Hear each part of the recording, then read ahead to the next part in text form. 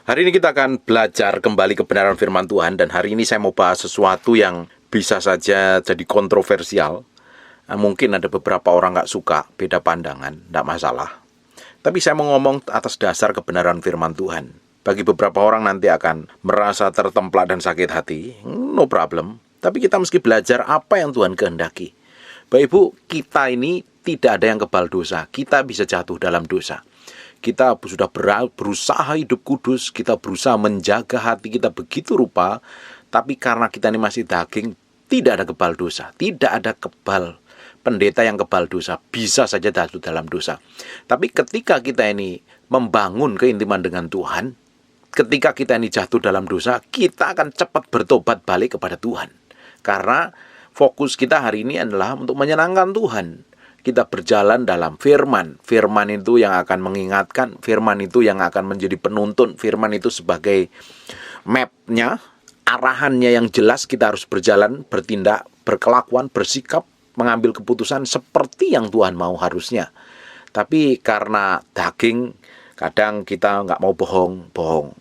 Kita nggak mau ngomong gede sombong. Banyak melakukan. Ada beberapa orang yang memang hidupnya dalam daging, bisa saja berkali-kali jatuh dalam dosa perzinahan, perselingkuhan, atau hal yang lainnya yang lebih parah. Tapi selama hati kita ini mencari Tuhan, selama hati kita ini mengasihi Tuhan, sungguh-sungguh punya kerinduan, kehausan, kelaparan akan Tuhan, ketika kita bikin dosa, Roh Kudus akan templak, Roh Kudus akan ingatkan.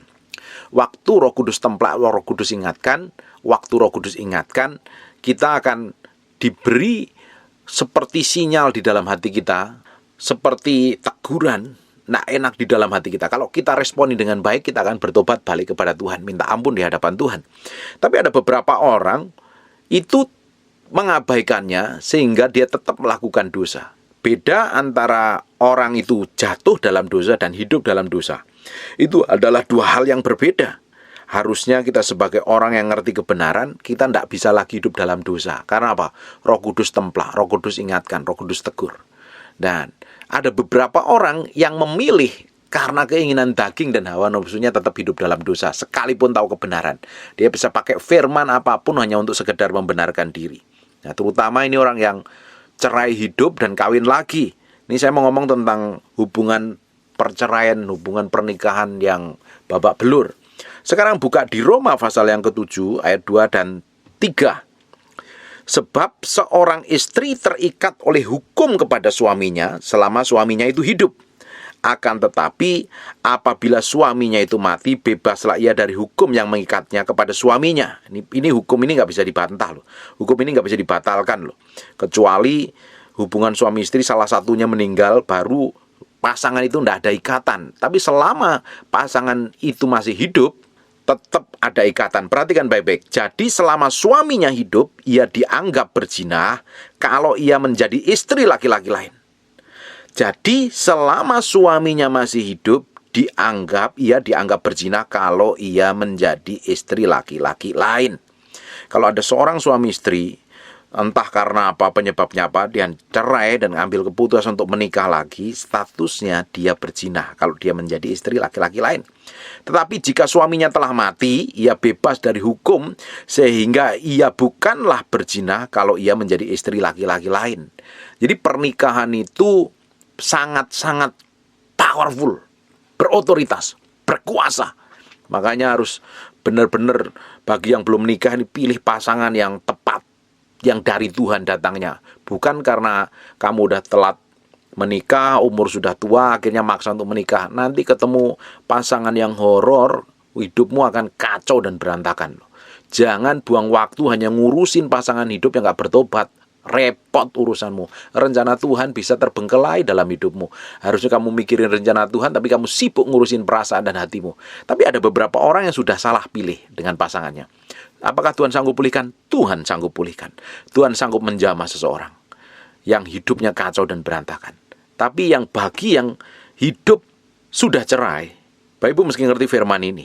Kalau engkau cerai dan pernikahanmu itu covenant, diberkatin Tuhan, sesama anak Tuhan yang diberkatin Tuhan, tidak ada yang bisa memisahkan kecuali maut. Tapi karena keinginan daging, keinginan hawa nafsu, emosi yang tidak bisa terkontrol dan tidak terkendalikan, akhirnya apa? Ambil keputusan cerai. Dan setelah cerai dia ambil jadi suami orang atau jadi istri orang lain, statusnya berzina menurut ayat Roma pasal 7 ayat 2 dan 3. Sekarang kita buka di 1 Korintus pasal yang ke-7 ayat yang ke-10 mulai.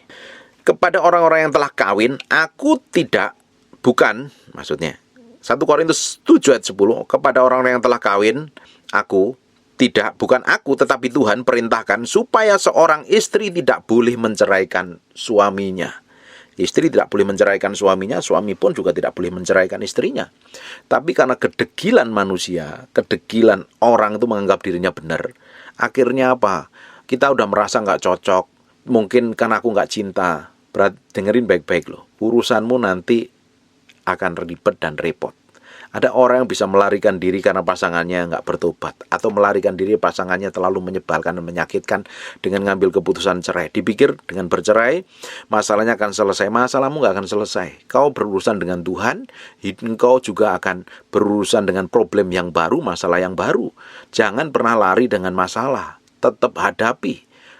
Izinkan Tuhan, ikut ambil bagian di dalamnya. Makanya pernikahan itu harus melibatkan Tuhan di tengah-tengah. Jangan maunya sendiri. Atas dasar cinta kita menikah tanpa melihat karakter kelakuannya. Makanya itu saya tuh seneng dengan pepatah orang Jawa. Kalau mau nikah tuh lihat bibit bobot bebetnya. Ini keluarga yang kayak apa ini? Kelakuannya kayak apa? Dia kalau marah itu seperti apa? Dia pendendam atau enggak? Dia orang yang setia apa enggak? Dia suka melacurkan diri dengan perempuan-perempuan jalanan apa tidak? Atau dia orang yang gampang selingkuh atau tidak, bagaimana dia menyelesaikan? Semuanya harus dilihat begitu rupa, baru ambil keputusan menikah. Kalau atas dasar cinta saja, cintamu suatu hari akan pudar tanpa dilibatkan hidup takut akan Tuhan. Makanya seseorang itu harus hidup takut akan Tuhan dulu, dilihat dulu. Kalau hidupnya nggak takut akan Tuhan, wah, nanti waktu pernikahan akan repot. Kamu ngurusin pasangan hidupmu bertahun-tahun yang bikin ribet dan kacau. Makanya kita ini harus hidup takut akan Tuhan, dekat dengan Tuhan.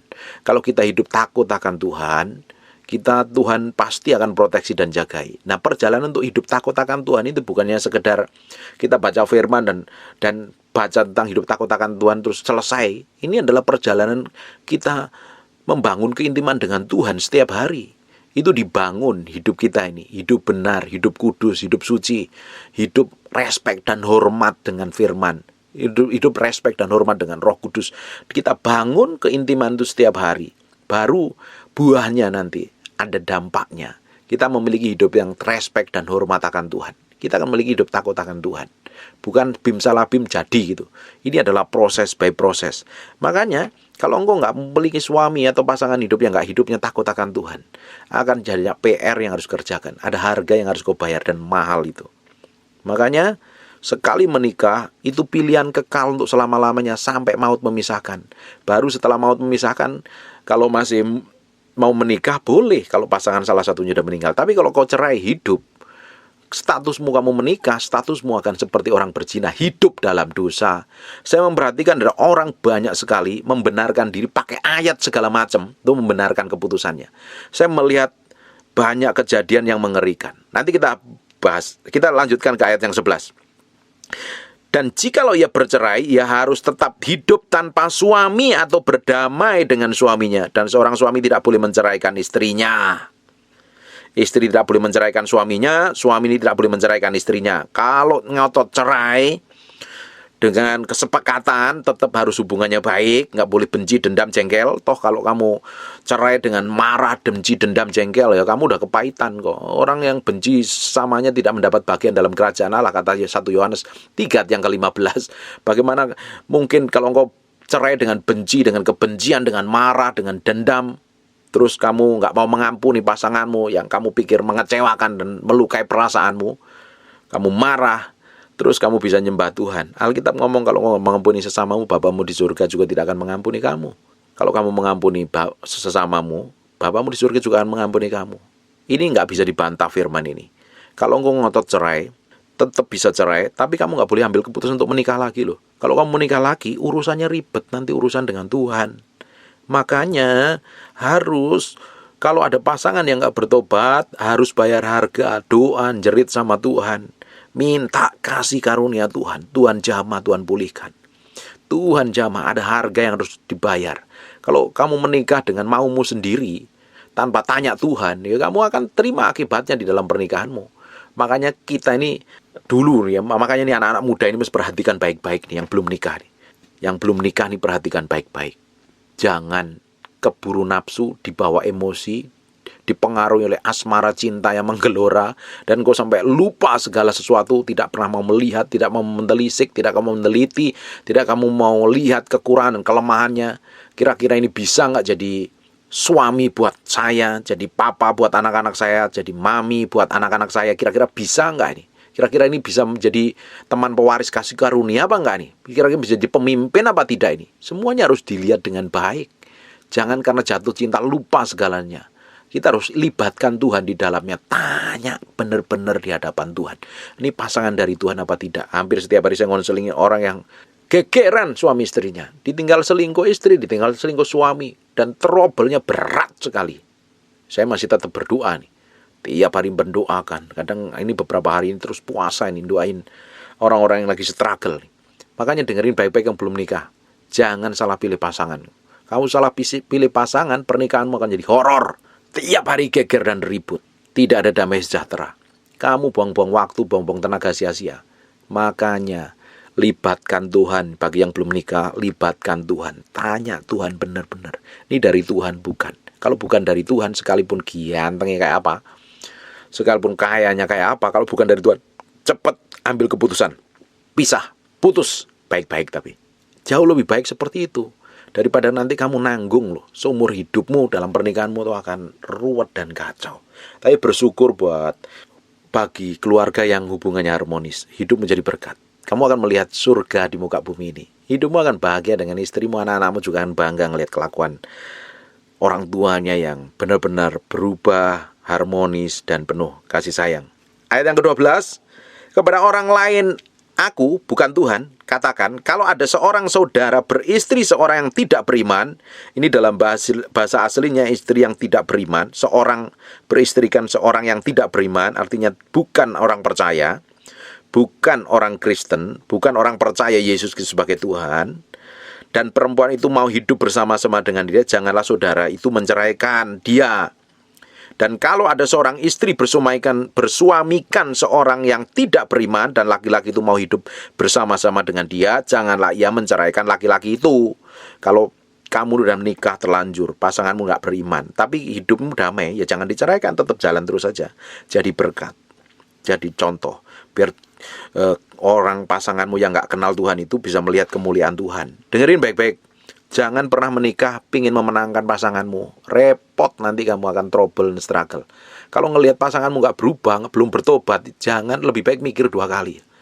Jangan dipikir kalau sudah menikah dia bertobat. Lebih parah, lebih kacau ya yang ada. Orang itu harus menikah, calon istri juga harus hidup takut akan Tuhan, suami juga hidup takut akan Tuhan. Kalau tidak, nanti akan ada trouble. Saya pernah ngajar tentang perzinahan.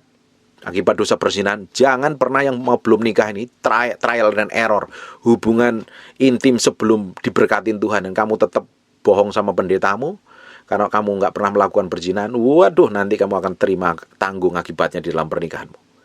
Pernikahan yang dimulai dengan tidur bareng, hubungan intim sebelum diberkatin Tuhan, di tengah pernikahan pasti ada ribut, ada cekcok, ada perselingkuhan, ada perceraian. Sering kebanyakan. Tapi kalau bertobat dua-duanya, Tuhan pasti pulihkan. Selama dia bertobat dua-duanya, pernikahanmu akan dipulihkan Tuhan. Tapi kalau tidak, kamu akan berurusan dan kamu harus bayar harganya di hadapan Tuhan. Jauh lebih baik jaga kekudusan, jaga kesucian. Jangan mau disentuh sebelum diberkati. Kamu tuh berharga, kamu tuh bukan murahan. Orang yang mau disentuh pacarnya, mau dipegang-pegang, mau diraba kanan, raba kiri, dengerin baik, kamu terlihat murahan. Kalau kamu mahal, kamu jaga dirimu dengan baik. Kamu hormatin. Bagi pasanganmu, kalau yang meraba-raba, kamu gak hormatin calon istrimu itu. Kalau istrimu kamu mau coba raba-raba, kamu mau tidurin, kamu tuh laki-laki murahan. Kamu gak hormatin. Kamu gak hormatin pasanganmu, kamu juga gak hormatin Tuhan. Bagaimana mungkin pernikahan bisa bahagia? Kalau ada pasangan seperti itu, harus mikir 2 kali. Tapi kalau terlanjur menikah, bertobat balik kepada Tuhan. Tuhan sanggup pulihkan nggak? Tuhan sanggup pulihkan. Ayat yang ke-15, tetapi kalau orang yang tidak beriman itu mau bercerai, jadi pernikahannya, pasangannya ini satu bukan orang percaya, satu orang percaya, ini kata Paulus, satunya percaya Yesus, satunya tidak. Tetapi kalau orang itu tidak beriman, itu mau bercerai, biarlah ia bercerai. Hal demikian saudara atau saudari tidak terikat, karena tidak ada covenant, tidak ada perjanjian. Perkawinan dengan Tuhan, kawinan dengan pasangan hidupnya. Tetapi Allah memanggil kamu untuk hidup dalam damai sejahtera. Jadi, kalau pernikahan kita ini sudah sama-sama orang percaya dan diberkatin Tuhan, pernikahanmu itu covenant dan diberkatin Tuhan, tidak ada yang bisa membatalkan, kecuali maut. Sekarang buka di Matius pasal yang ke-19, mulai ayat yang ke-6. Demikianlah, mereka bukan lagi 2, melainkan 1. Karena itu, apa yang telah dipersatukan Allah tidak boleh diceraikan manusia. Tapi manusianya ngotot akhirnya ambil keputusan untuk cerai. Dan kalau hidup ambil keputusan untuk cerai dan kamu menikah lagi, statusmu berzina di hadapan Tuhan. Itu lebih mengerikan. Hari ini kelihatan bisa bahagia hidupmu dengan suamimu, tapi suatu hari kamu nanti akan berurusan dengan Tuhan loh. Ini firman yang ngomong, saya ini ngomongin firman ini. Memang gak enak di telinga, bagi yang tersinggung bagus, supaya bertobat saja. Matius 19 ayat ke-7, kata mereka kepadanya, jika demikian, apakah sebabnya Musa memerintahkan untuk memberikan surat cerai jika orang menceraikan istrinya? Ini orang Israel bebal, ngotot sama Musa karena kedegilan hatinya. Akhirnya Musa keluarkan surat cerai. Perhatikan baik-baik ya.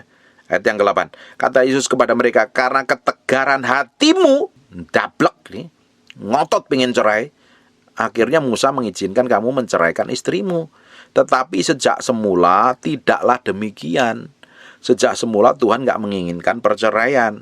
Tapi karena salah paham, pasti daging nih. Kalau orang menggugat cerai itu pasti perbuatan daging, bukan kehendak Tuhan.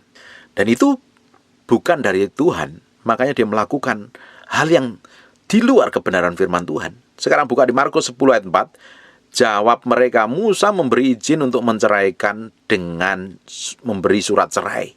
Ayat yang 9, karena itu apa yang telah dipersatukan Allah tidak boleh diceraikan manusia. Ayat yang 11, lalu katanya kepada mereka, barang siapa menceraikan istrinya, lalu kawin dengan perempuan lain, ia hidup dalam perzinahan terhadap istrinya. Dan jika si istri menceraikan suaminya dan kawin dengan laki-laki lain, ia berbuat zina. Sekarang di Lukas 16 ayat 18, perhatikan baik-baik. Setiap orang yang menceraikan istrinya lalu kawin dengan perempuan lain, ia berbuat zina. Dan barang siapa kawin dengan perempuan yang diceraikan suaminya, ia berbuat zina. Ini firman yang ngomong. Ayatnya lebih dari 1. Kalau Alkitab ngomong ayatnya lebih dari 1, ngomong seperti ini, itu artinya itu penting buat kerajaan Allah. Dengerin khotbah saya tentang pernikahanmu tercatat di surga. Itu covenant, pernikahannya itu kudus suci. Tapi bagi orang bisa membenarkan diri pakai ayat yang lain, itu terserah keputusanmu. Kau bisa membenarkan diri, ya engkau sendiri akan berurusan dengan Tuhan. Tapi saya sampaikan apa yang Alkitab katakan, Alkitab tulis. Maka kita meski hidup benar-benar kudus di hadapan Tuhan, sesuai dengan kebenaran firman Tuhan. Pak, bagaimana dengan orang yang kawin, terus cerai, terus menikah lagi? Kok dia bahagia, Pak? Kemarin ada yang tanya seperti itu. Sekarang dia bahagia, Pak. Ya kelihatannya bahagia. Tapi suatu hari kan kebahagiaan itu belum tentu berkenan di hadapan Tuhan. Kalau ngelawan firman. Ada orang-orang tertentu, bahkan orang ngetop lagi, punya nama besar lagi. Dia udah nikah, diceraikan istrinya, dia jatuh cinta dengan perempuan lain, dia kawin lagi. Pak, kok dia hidup tenang ya? Pasti ada harga yang dibayar kok. Pasti ada harga dia bayar. Karena apa? Melawan firman Tuhan. Itu bukan jatuh dalam dosa, itu hidup dalam dosa. Karena firman, segala sesuatu, dosa adalah pelanggaran terhadap firman Tuhan. Dosa adalah pelanggaran terhadap firman Tuhan. Dosa. Nah, kalau orang jatuh dalam dosa, itu cepat bertobat balik kepada Tuhan. Tapi kalau memutuskan untuk hidup dalam dosa, dia sudah tahu itu nggak benar, tapi dilakukan. Nanti, Bapak Ibu, baca bukunya Benny Hinn, judulnya Kathryn Kuhlman. Dia menceritakan perjalanannya Kathryn Kuhlman. Dia jatuh cinta dengan namanya seorang penginjil yang sudah punya istri dan punya anak, namanya Buruk Waltrip. Dia jatuh cinta dan ngambil keputusan untuk menikah, padahal dia tahu loh ini nggak benar. Diperingatin sama teman-temannya. Nanti Bapak Ibu beli bukunya, judulnya Kathryn Kuhlman yang nulis Benny Hinn. Ini prakatanya oleh Robert dan Reg Humbard. Ini bagus sekali. Ini perjalanan hamba Tuhan ini benar-benar luar biasa ini. Dia tahu itu nggak benar di hadapan Tuhan, dia ambil keputusan. Padahal Kathryn Kuhlman ada pelayanan kesembuhan luar biasa. Tiba-tiba dia ngambil keputusan untuk menikah. Urapannya nggak bekerja lagi. Urapannya tidak bekerja. Kok bisa? I don't know. Saya nggak tahu. Nanti Bapak Ibu baca sendiri.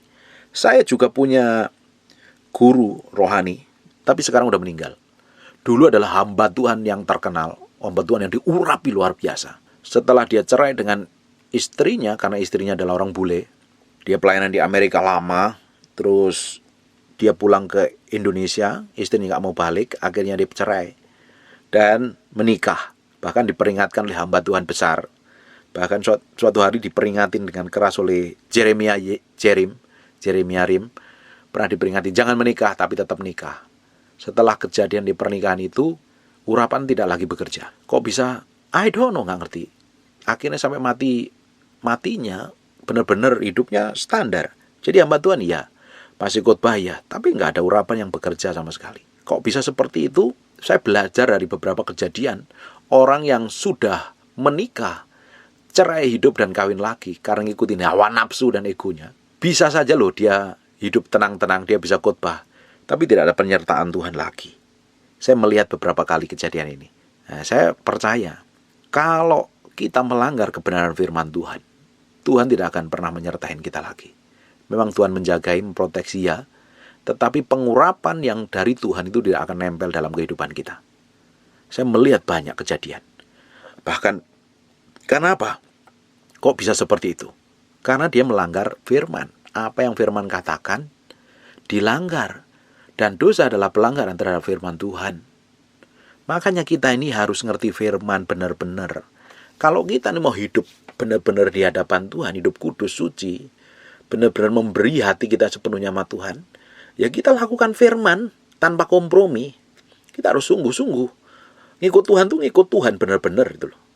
Kan kalau kita ini masih daging, pasti ada ego dan amarah, ada emosi, makanya bisa perbuatan daging yang dikerjakan di dalam pernikahan. Akhirnya apa? Orang bisa berzina, orang bisa kumpul kebo, orang bisa selingkuh, orang bisa melakukan dosa yang lainnya. Karena apa? Tidak hidup takut akan Tuhan. Bapak Ibu, kalau kita ini benar-benar mau ngikut Tuhan, kita harus hidup komitmen, mengasihi Tuhan dan bangun keintiman dengan Tuhan. Orang yang melakukan dosa dan jatuh dalam dosa, hidup dalam dosa. Kalau jatuh dalam dosa itu bisa balik lagi, bertobat. Tapi kalau orang yang hidup dalam dosa, udah tahu itu nggak benar, tetap dilakukan.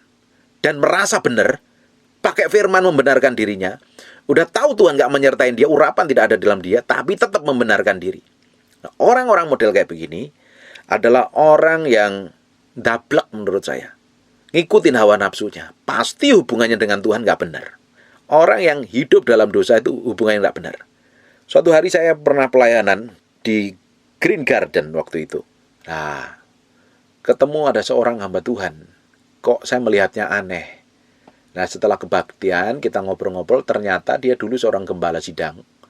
Dia tinggalkan istrinya, dan dia menikah dengan sekretarisnya, sampai punya anak 3, sampai hari ini. Dan hidupnya kacau sampai hari ini.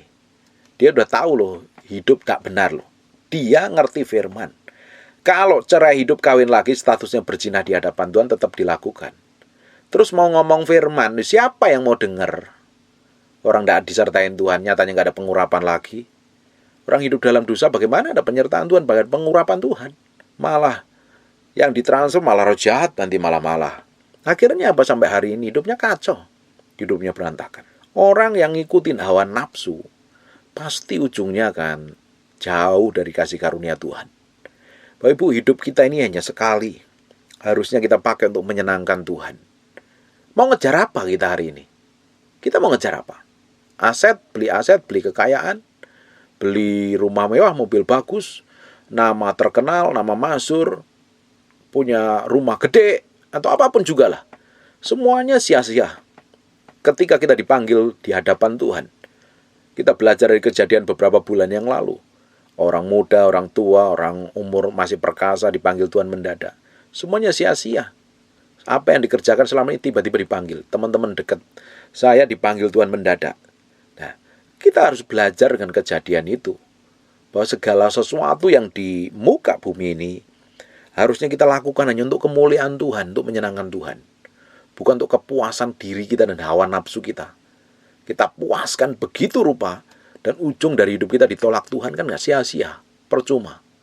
Makanya kita mesti ngerti tentang pernikahan ini. Bagaimana begitu kudus dan sucinya.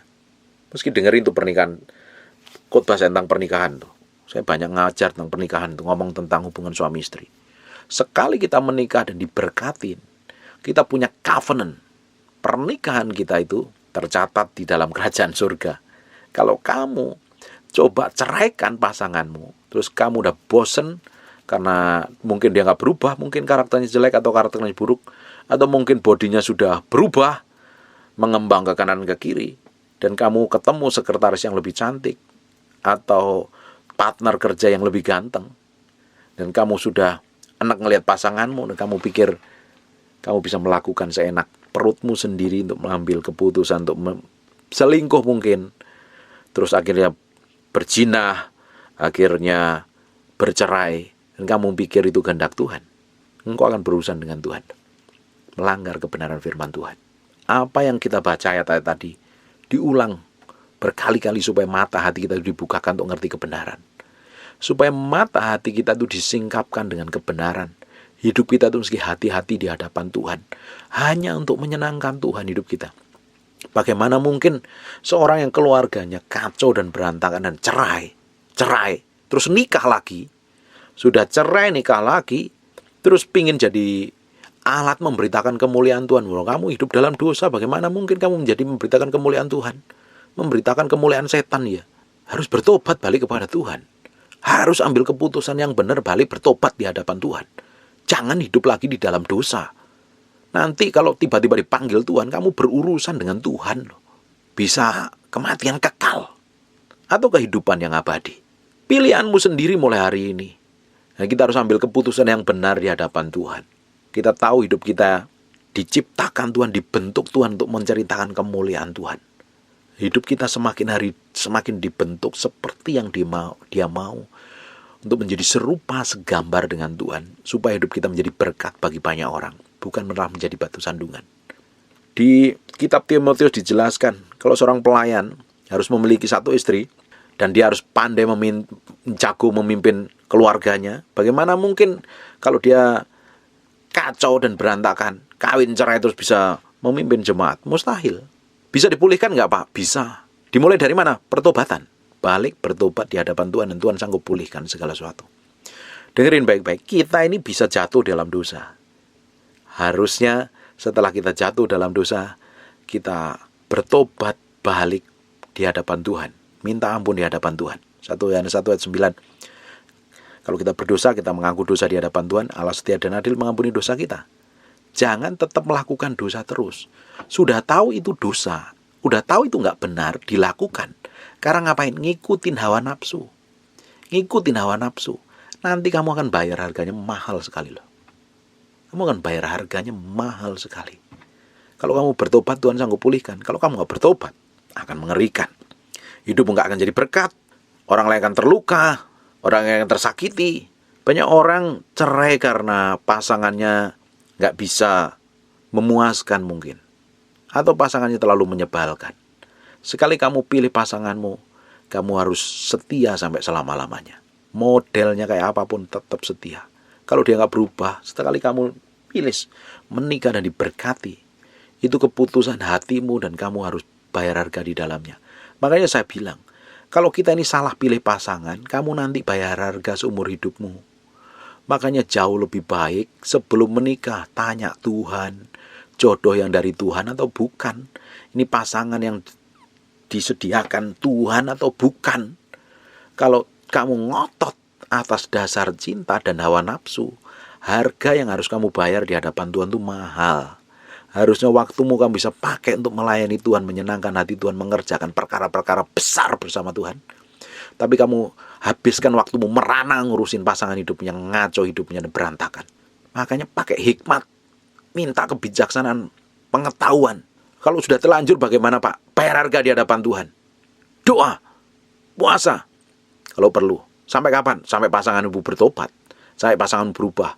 Tidak mungkin kalau engkau didapatin setia, mengasihi Tuhan, bayar harga di hadapan Tuhan, Tuhan gak bakalan tinggalkan. Tuhan pasti jamah, Tuhan pasti bela hidupmu. Tuhan pasti bela hidupmu. Dengerin ibu-ibu yang suaminya selingkuh. Ada harga yang harus kau bayar di hadapan Tuhan.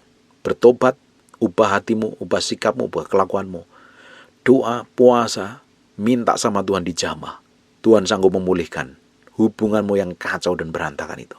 Bagi suami yang pasanganmu selingkuh atau mungkin meninggalkan kamu, lari dengan laki-laki lain, ada harga yang harus kamu bayar. Datang kepada Tuhan, minta pertolongan Tuhan. Kekuatan kita, sumber pertolongan kita hanya Tuhan. Pada waktu kondisi seperti ini kita hanya butuh Tuhan. Dan Tuhan sanggup menjawab. Tuhan sanggup memulihkan. Tuhan sanggup bikin breakthrough dan terobosan. Hati kita ini harus nempel kepada Tuhan. Amin. Makanya kita harus mulai dari muda-muda ini harus hidup takut akan Tuhan. Kalau kita umur berapa dipercayakan sampai hari ini, hidup kita harus pakai untuk menyenangkan hati Tuhan saja. Jangan melakukan perbuatan daging, keinginan daging, hawa nafsu itu jangan dipuaskan. Kalau orang itu hanya ngejar seks itu tidak akan pernah bisa memuaskan. Orang yang hanya ngejar seks itu seperti anjing ngejar ekornya. Atau kita mau nangkap bayangan kita. Tidak akan pernah dipuaskan dan tidak akan pernah bisa. Hawa nafsu kita, kebutuhan seks kita harusnya dipuaskan. Kalau kita berserah di hadapan Tuhan, kita menerima pasangan kita apa adanya. Kita hidup takut akan Tuhan. Kalau hubungan pasanganmu gak bagus, masalah seks, masalah komunikasi, diomongin dengan baik. Gak ada masalah yang gak bisa diselesaikan. Semua masalah bisa diselesaikan kok. Tapi kalau dua-duanya meledak emosi, marah, gak ada pengendalian diri, dan merasa benar sendiri, ya pasti kamu gegeran. Di dalam pernikahan pasti ada keributan dan salah paham itu pasti ada. Tapi bagaimana kita mengatur hati kita, mengendalikan hati kita ini sesuai dengan kehendak Tuhan. Kita harus mengendalikan mulut kita, sikap kita. Jangan biasain ngomong yang sembarangan, ngomong merendahkan, orang tua dibawa, nenek moyang dibawa-bawa. Nggak ada hubungannya. Kalau kamu mau menikah dengan pasanganmu, kamu mesti terima kekurangan dan kelemahannya. Kelemahannya adalah kekuatanmu. Kekuatan dia adalah kelemahanmu. Saling mengisi satu dengan yang lain. Semakin hari pernikahanmu semakin powerful. Seseorang kalau pernikahannya kuat, dia pasti jadi berkat bagi banyak orang. Pasti jadi berkat bagi banyak orang. Dan nama Tuhan pasti dipermuliakan melalui pernikahan-pernikahan yang kokoh. Pak, saya lagi trouble dengan pasanganku. Pak, saya lagi bermasalah keluargaku. Tuhan sanggup pulihkan. Datang kepada Tuhan. Bayar harga di hadapan Tuhan. Mati daging, pikul salib, sangkal diri. Tuhan sanggup memulihkan pernikahanmu yang kacau dan berantakan. Amin. Mulai hari ini jaga kudusan, jaga kesucian. Jaga kekudusanmu. Jaga kesucian hatimu. Supaya semakin hari hidup kita semakin menyenangkan hati Tuhan. Menyenangkan hati Tuhan. Gak ada yang lain, kita harus menyenangkan hati Tuhan aja. Mau ngejar apa? Nah, nafsu kita akan menjerumuskan kita dalam banyak persoalan dan banyak problem yang mengerikan. Kita harus matikan hawa nafsu kita, keinginan kita. Kita taklukkan kepada Kristus.